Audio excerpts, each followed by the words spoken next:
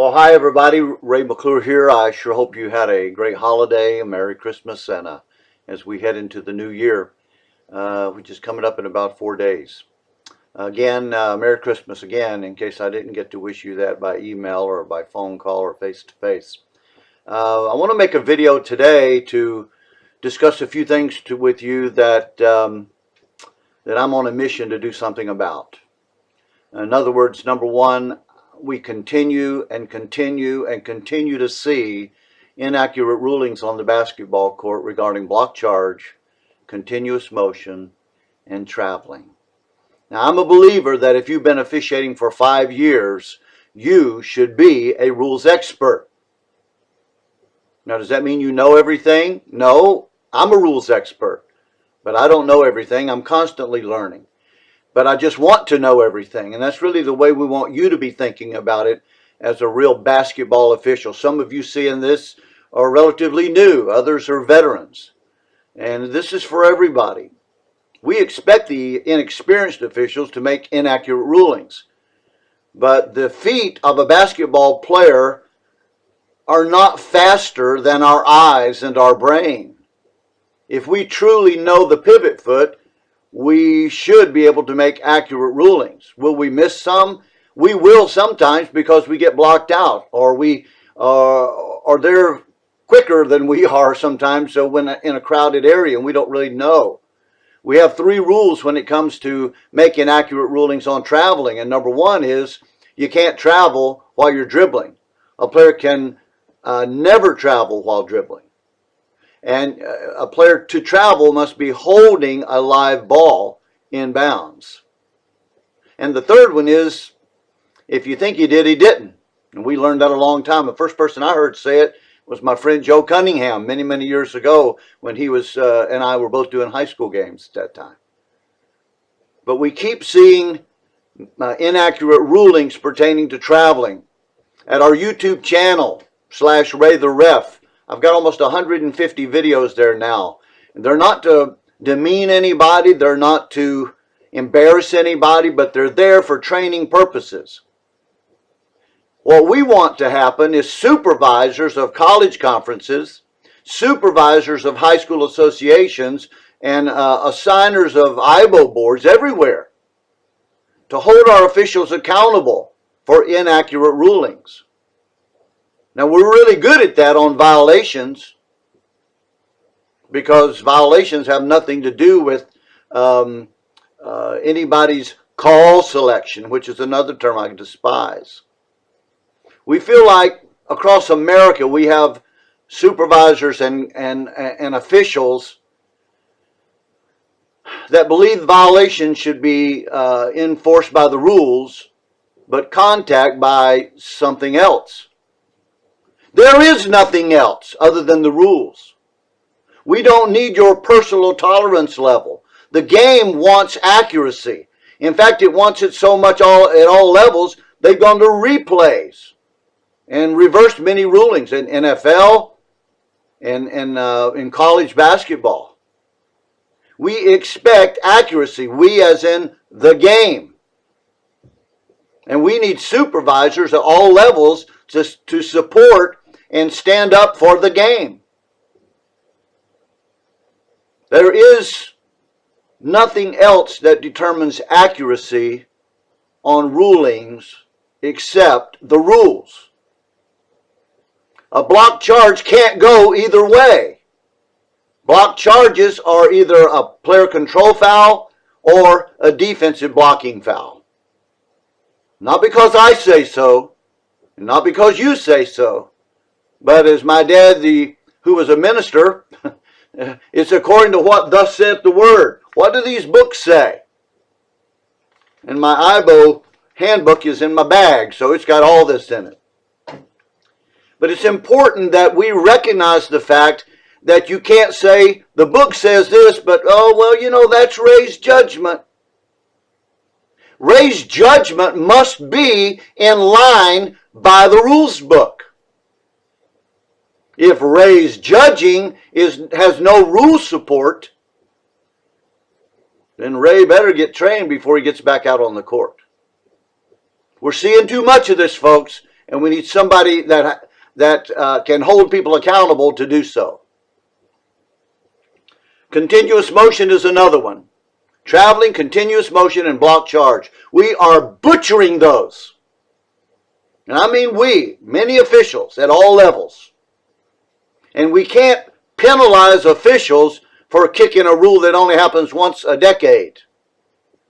Like a control on a throw-in or something. And we allow people to shoot free throws that shouldn't have shot them.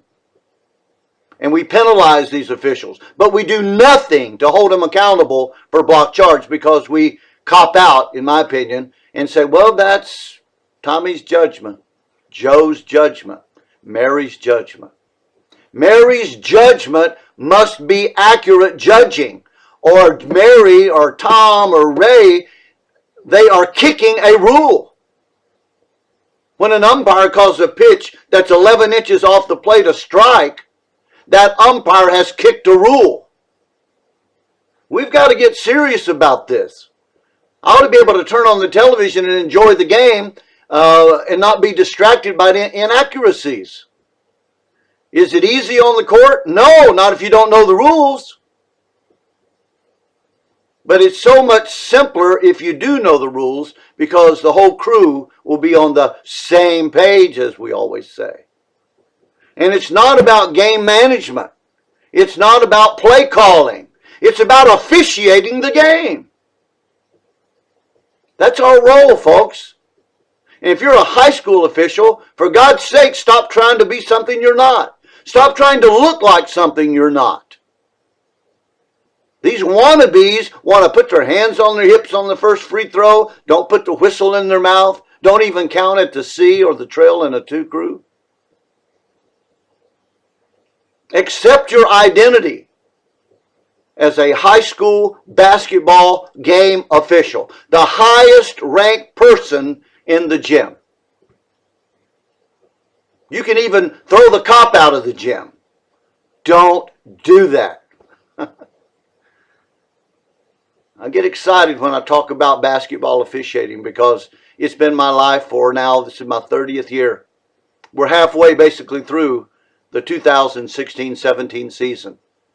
And my wish for you and for me is to focus while we're out there on the court and have the rules knowledge, the head knowledge, that we can apply that. We can't do it if we're blind.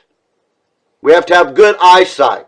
It makes no sense to go stand in the right spot and have the proper angle, which we should, if you don't know what you're looking for. See the videos on the YouTube channel.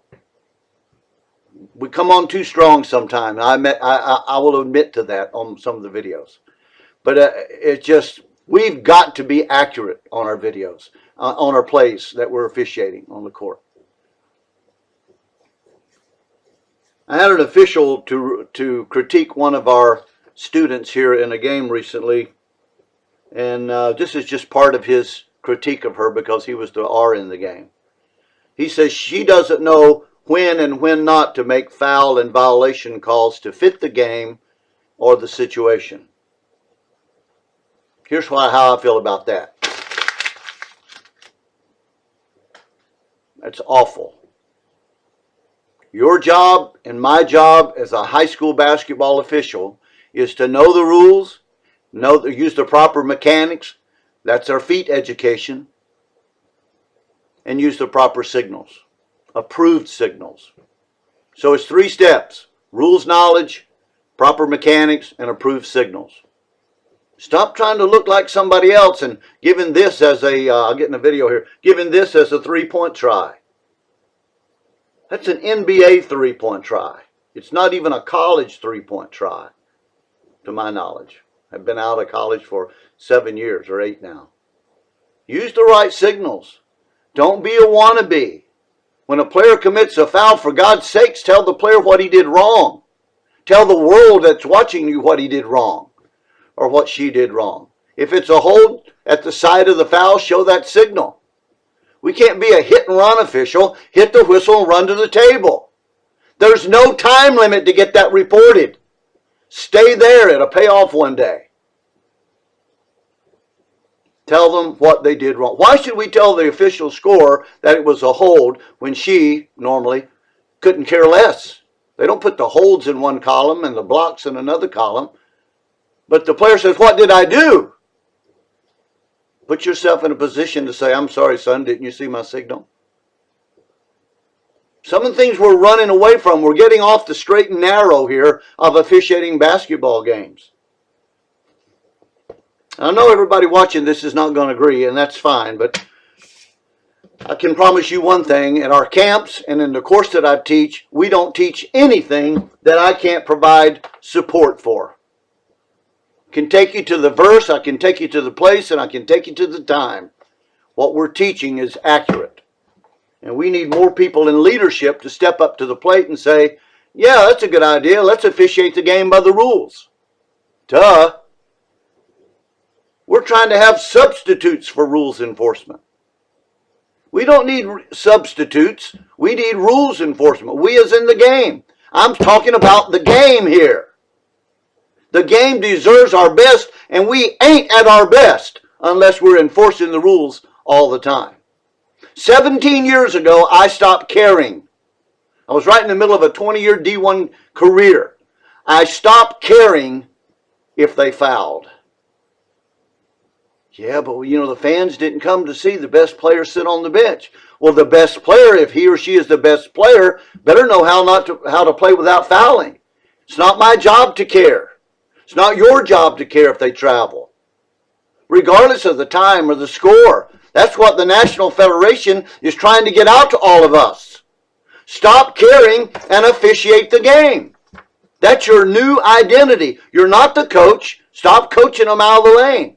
Stop telling them to relax on free throws. The coach may not want them to relax. Stop coaching. You're not the medic, the athletic trainer, so leave the injured players alone. You're not the police personnel, the security, so stop worrying about the fans. Get somebody else to take care of that.